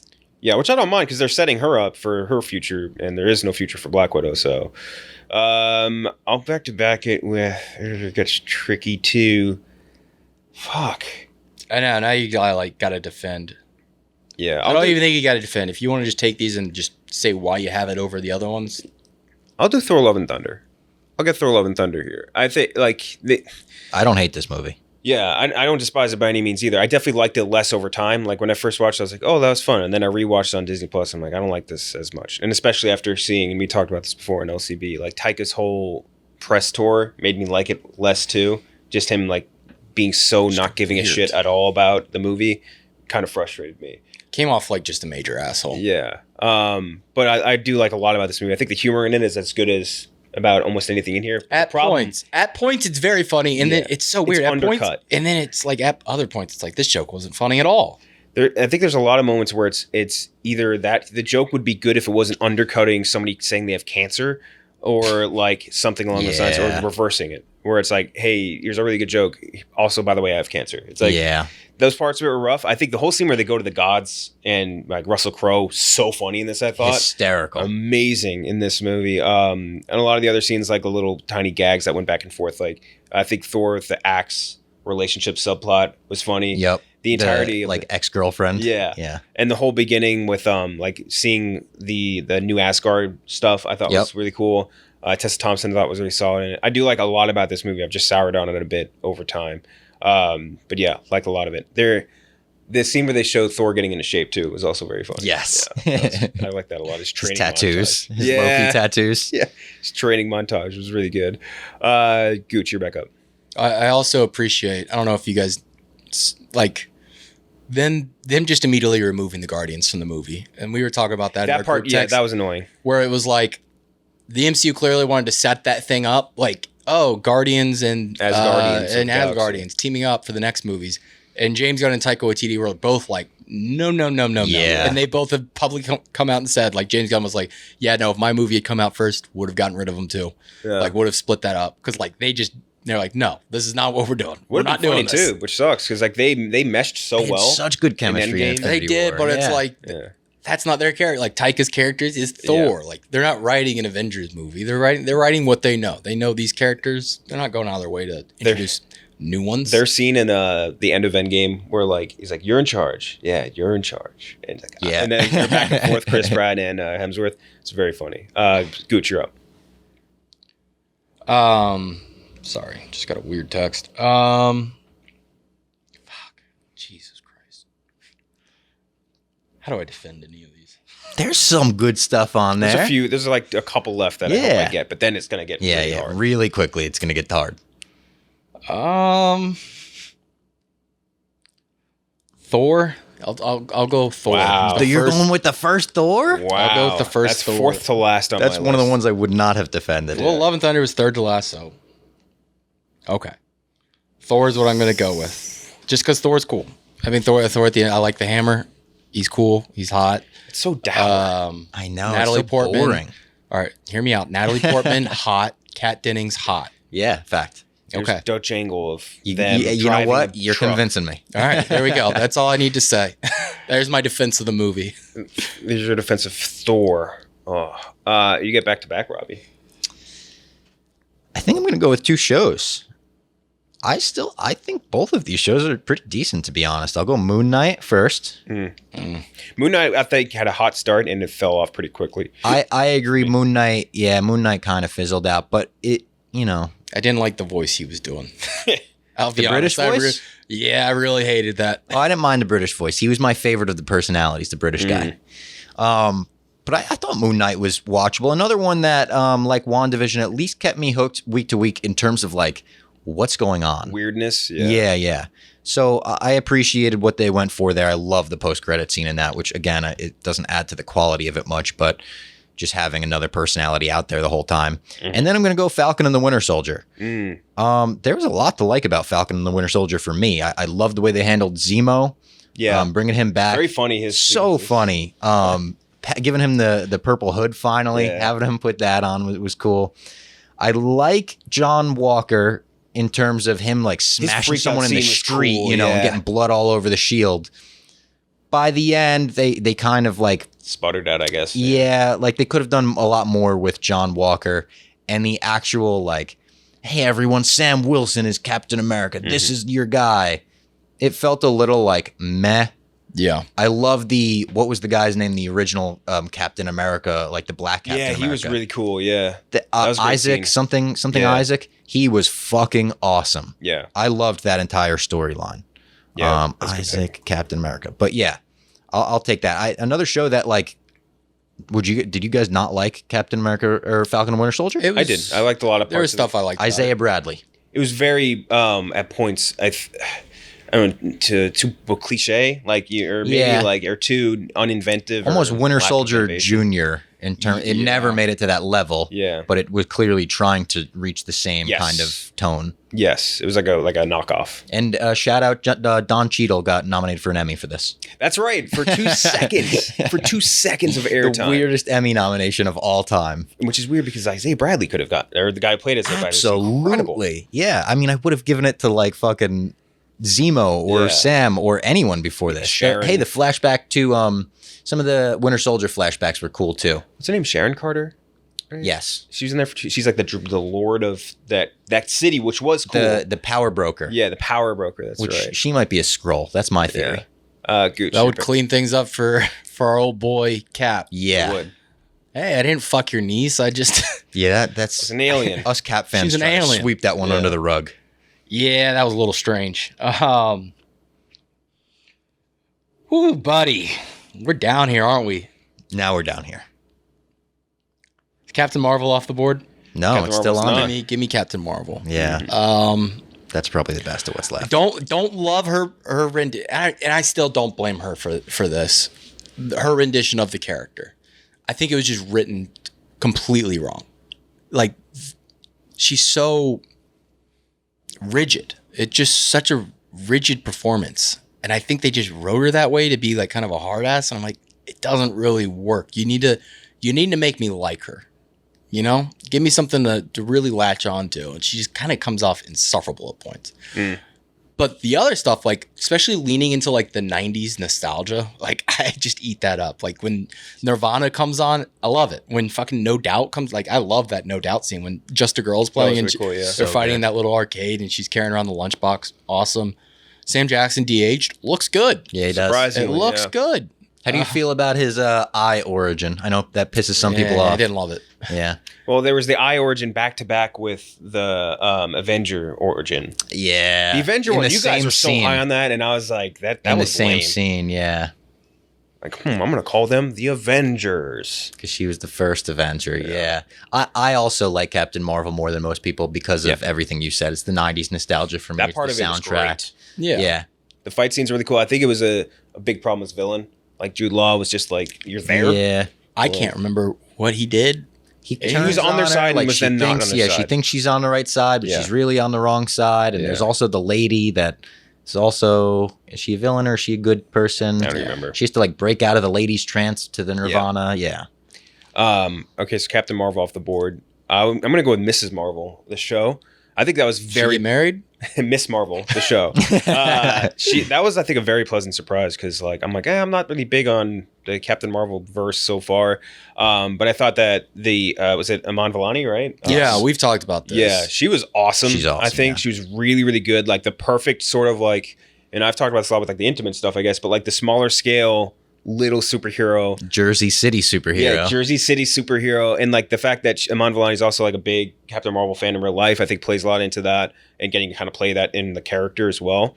I think that whole was just like super surprising, and how much I really liked it because like it seemed like, oh, it's gonna be a kids show, it's gonna be Agreed. I thought this was like, I was like, this might be the first MCU project that I don't even check out because it doesn't look like it's for me from the trailers, especially. I thought the trailers were horrendous. pretty bad. Terrible. The first 2 episodes of Miss Marvel are as fun as any of the like MCU show stuff. When they go to the So- Avengers Con It's and save stylized. someone. It's Yes, like very very good. It's so stylized. And they ditched the driving stylization. test, like that was very funny, like coming of age stuff that you could relate to. Yes. This would have benefited so much from being a special. If Yeah. you did the first 2 episodes as a special, give us a little tease, and at the end you do the Bangle thing where she switches or whatever, you tease the movie. I think we would have been going into the Marvels like, oh my God, this could be like really fun and funny. This really fizzed out for me. And The late end of it was the villain was rough. She was okay at first, but then meh. And then, I think the final episode I remember liking, but everything in between that just being very, very down on. The first few episodes of it, I agree though. They were like, I was like, I'm not gonna like this kid show about a character I don't really know anything about, and I was like, this rocks. This Good is family fun. dynamics. I know. I Family's think great. Her dad was has really funny. Dad was and her great. dad is I think bad stuff. He's canceled in real life. Really? I'm pretty sure, which is unfortunate because he was the funniest member of the family. But even good stuff with the brother, like the brother being like a good older sibling to her. So even at the bottom of the list, not horrible. Yeah. I'll follow Miss Marvel with the Eternals. The Eternals is a movie I think is still very beautiful by Marvel standards. Like you watch it and it is like, as far as scenery goes and everything, like what you're watching, like from a cinematography standpoint too, gorgeous. Yeah. Beautiful. The characters I think were, some were good, some weren't that great. Humor was not really existent, Little bland. which is fine. Cause it's like, you don't get Chloe Zhao to direct a fucking goofy comedy. You know what I mean? But sometimes it felt a little dour. The split Felt villain, like a DC movie. yeah, definitely. That's a great comparison. I think it did feel more like a DC movie. The split villain focus between that one guy that like meant nothing and the Celestials, I guess, or was it Celestials, right? The big ones, Yeah. Right? Yeah. Leviathans? something like that. Yeah, There's the Celestials. There's the Little monsters. The Dementors. monsters were... And then there's Sebastian Stan at the end of the movie. Or not Sebastian Stan, Richard Madden. I confused those guys. So him being named Icarus and flying into the sun, very on the nose. Yeah, that was so on the nose. Yeah, that part's a little. Marvel's first sex scene. Marvel's right. first sex They scene. really that's right. linger on it too. They did. It kind of shocked me when I first saw it. I was like, Yeah, They did like, what the absolutely nothing with Jon Snow. yeah. Well, he was there for like 2 seconds, and then they showed him. They Poor- teased that post credit, right? poor Kit Harington too. Apparently he's been written out of the Blade movie too. Oh, man. Yeah, like I think that character might just disappear. Yeah, I think I liked a lot of the fight scenes, even though like you have Kumail doing like finger guns, like most of the shit. I think. Oh, worked he was for me. great. I liked him. Yeah. Dude, the little Irish, that was weird. The Irish, Oh, the fairy little lady. Lorgo at the end. Yeah, Yeah. the love thing was weird. Where Barry Keoghan, pretty solid. He was great. I Yeah. liked him a lot. Yeah, They caught. Brian Tyree Henry, pretty Dude, good. he did Hiroshima. But yeah, Oh, that's right. I mean, it's part of the job when you're an Eternal. Yeah. So much shit happened in this movie, and yet it was so fucking boring. Let's just say it. Like that movie. I liked some of the fights, but that's You know this. boring. I haven't gone back to it since opening night. I haven't watched it back. Me neither. And it like that is you gotta be real boring for me not to do that. And again, I don't dislike this movie. I don't think it's a bad movie.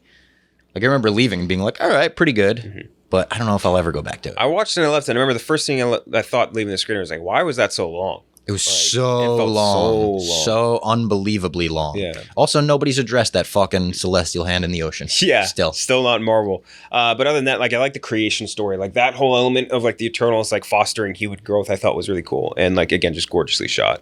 All right, Gooch. Give me the Incredible Hulk. Fuck it. Give it to me. Give me kinda Ed Norton wanted it. Hulk. Yeah, I actually think. Sounds like I'm just have an anti-Ruffalo agenda, but I do think Ed Norton was a better Bruce Banner. Like when you He read might the have Bruce been, Banner too. comics, that is what I think of. Like when I think of like a tortured man. Like he's fucking tortured. He's living with a goddamn monster. He would be a better in a bubble Hulk. In the Marvel universe, he's not the better Hulk, if that makes sense. That you might be right about that. But he I can can't do see- snark and comedy. We just saw him do it in Knives Out too. Like he can Oh, do you're that. right. Like he can. You're right. He can play that kind of character. That character is also like not the same type of No, but funny that Mark Ruffalo is. Like he's kind of like the goofier, more down to earth science guy. And, like he was playing like an egotistical asshole. how funny has Mark Ruffalo been in these things though? I He think fell face first in Natasha's tits. That was pretty funny. Yeah. funny. Yeah. That was funny. I think all of this stuff in Love and Thunder was pretty funny. I think like his back and forth. No, sorry, not Love and Thunder. In In Ragnarok. Ragnarok. Yeah. Okay, yeah. We did bring that up earlier. Yeah, he was funny in Ragnarok. Yeah. God, I think I think the Hulk looks better here than he ever did, than he ever Yeah, he has does. since. Looks great. Bad villain. Tim Roth, good when he's just a soldier. Yeah. Abomination. Once we get to Abomination, Abomination, I think the Tim Roth soldier is pretty cool. And then William Hurt as Thad Ross. I do like that. Yep. Liv Tyler is there too. Liv Tyler hot. So up she's a going to be in the new Captain America, apparently. Is she? Yeah. Huh.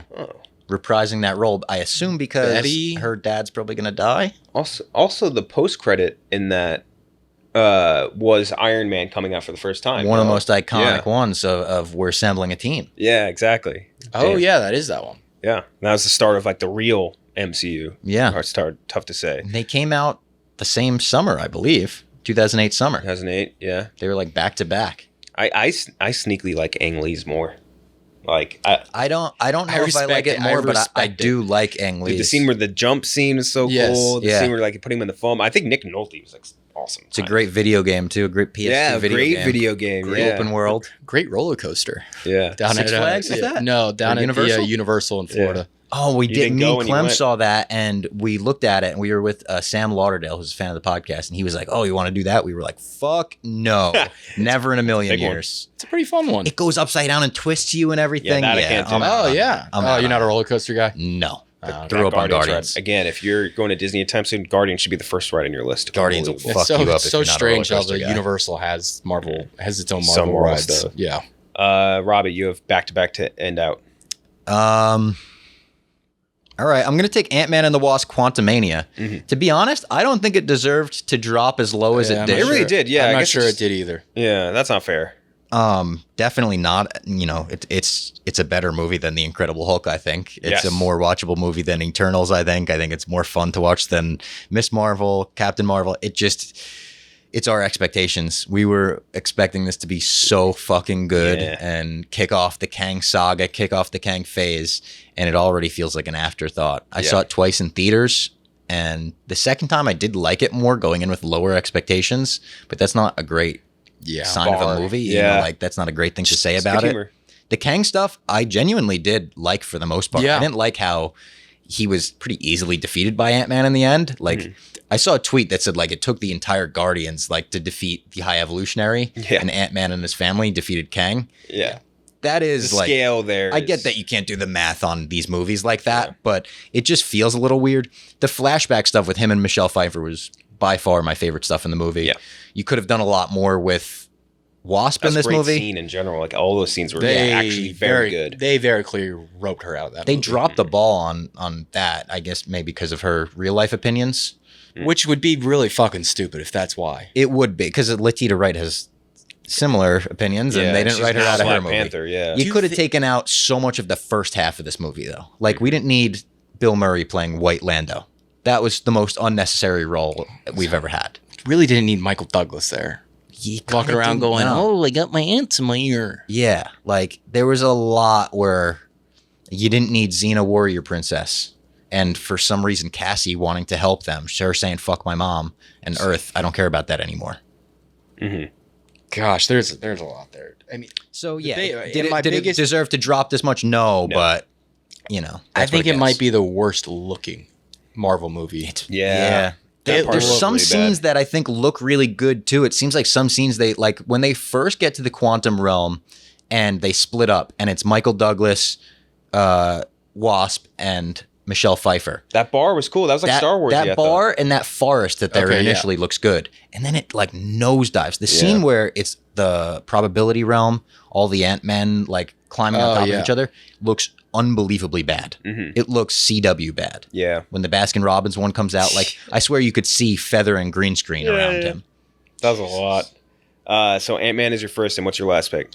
There's only one left, right? One left for all of us. I'm gonna go Thor 2. Thor 2. Yeah. Thor 2 I like more than Thor 1, which I know most people don't. Most people are like Thor 2 is the worst MCU movie. Yeah, I have it as my last. I do like the Thor Loki stuff in Thor 2 better than Thor 1, which makes me bump it above the first one. I think they do have, and I also think that Thor 2 has better action scenes. The ether stuff is a little goofy. The scene where the guy breaks out of the prison is very cool. I'll be honest, I struggle remembering shit about this movie. I just That's remember what I'm about the first one, to There's be the honest. big guy with like the horned helmet that they put in the prison. He breaks out of the prison and just Remember the disintegrates people. Elves? Yeah. And then the ship comes in and blows up like half of Asgard. And I think people believe that one of the people like half disintegrated is Taserface. Taserface. Fucking, that's funny. That'd be. And that's like funny if how that's he true. became Taserface. That's another great little side bit in Yeah. Guardians 2. The Ravagers are a great So funny. like side team the in that part where they like try to franchise. sneak up on this ship when it's downed, and Rocket just hits him with the thing that brings him up. And Yeah. they're playing was it? Dun, dun, dun, That's one of Clem's favorite. He brings that up all the time. Was it Something Nights? Yes, and they just keep going Yeah. up Oh, and down. Southern Nights. Glenn Southern Campbell. Yes. Nights. Southern Nights. Yeah, that was a really good scene. All right, Thor 2, Robbie's last pick. Gooch. What do we have left? She-Hulk or What If? Yeah. I've seen like 4 episodes of What If, and I'm taking What If. I'm actually happy about that because I only did 1 episode. Oh my gosh. Yeah, no, I'm going What If. What can I say? It's not something that grabbed me particularly. I can see why some people did really enjoy it. Yeah.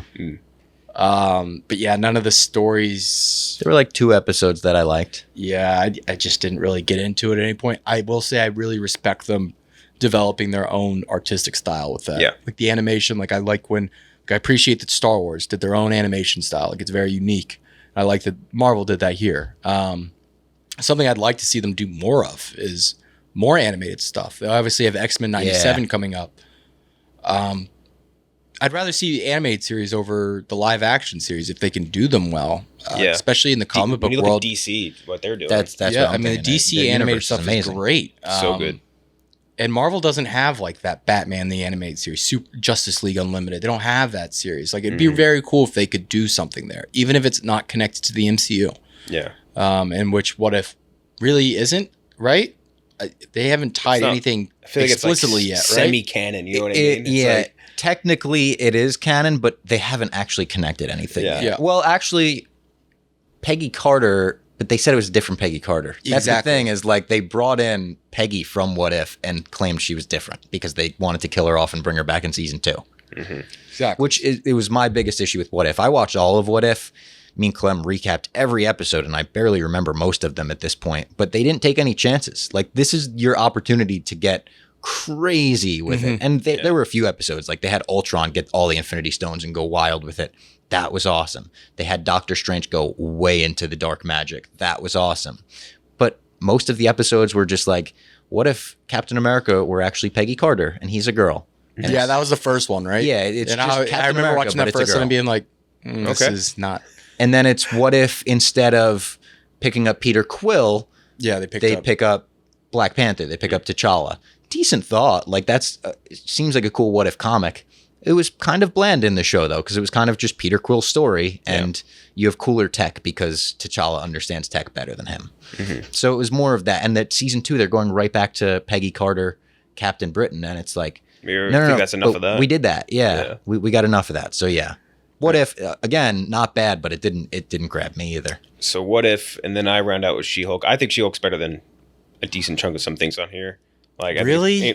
better than do. Incredible Hulk, better than Thor 2. I enjoyed it more than Miss Marvel. Yeah, I would say it's like they're roughly around the same level for me. I hate being the guy who criticizes She-Hulk because I just sound like an incel when I do it. But God, I just didn't think it was funny at all. Like, I think there's some pretty good laughs. I think there were that I had some in, funny episodes. there's Like that guy the that kept first committing- episode with Hulk, I thought was really good with her cousin.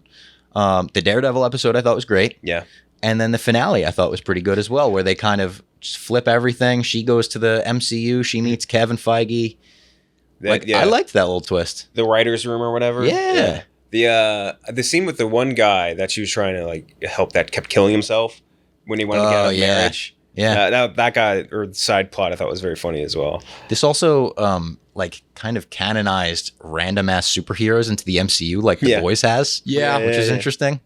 Like that's an interesting thought to have, that there's now like wannabe Avengers. Yeah, fuck, I forgot about that whole. This movie did a lot of like fun fan servicey stuff that would be my main takeaway from the episode, even though that definitely wasn't supposed to be my main takeaway from the episode. Yeah. What was her name? Tatiana Maslany, right? yeah, Tatiana Maslany. Yeah, Maslany. She was good. She was really Yeah. good. Like her acting performance was really good. I think whatever you want to think about how their plan or dialogue, whatever. I think she was really good. Tim Roth was funny in this as well. Tim Roth was very funny. You didn't get any Him and his laughs out of sister Tim Roth? wives. It was fine. He was funny, dude. Come I liked on. Tim Roth in this. Their peaceness or peace retreat or I'll whatever. defend Tatiana Maslany. I'm gonna say, did any part of us like this more because we watched it with a girl? I didn't watch it with a girl. I watched it with my Sick girlfriend, brag, bro. and it felt like watching an ABC Family show with her. In that, like, it was a comfort watch. Who was who's this girl was really funny. The girl who played like the one on the stand, like Megan with 3 Ys or something. Oh, I don't know her name, but she was Hattie very something. funny. She was very That was a funny bit. Her and Wong watching The Sopranos together. Yeah. That was Wongers. Wongers. That was good. I also thought Jamila Jamil was okay. She had one episode where she was too much, but one episode where she was I'm usually okay. not thrilled with her, but she was pretty good in this. Yeah. Okay, so the teams are: I have Guardians 1, Captain America: Winter Soldier, Spider-Man: Homecoming, Black Panther, Loki, Ant-Man, Ant-Man 2, Avengers: Age of Ultron, Iron Man 2, Black Widow, Thor: Love and Thunder, Miss Marvel, Eternals, and She-Hulk. Gooch has Iron Man, Thor: Ragnarok, Captain America: Civil War, Guardians 2, Captain America 1, Doctor Strange, Shang-Chi, Doctor Strange 2, Werewolf by Night, Iron Man 3, Thor, Captain Marvel, The Incredible Hulk, and What If. Robbie has Avengers: Infinity War, Avengers: Endgame, The Avengers, Guardians 3, Spider-Man 3, WandaVision, Spider-Man 2, Black Panther 2, Hawkeye, Guardians Holiday Special, Moon Knight, Falcon and the Winter Soldier, Ant-Man 3, and Thor 2.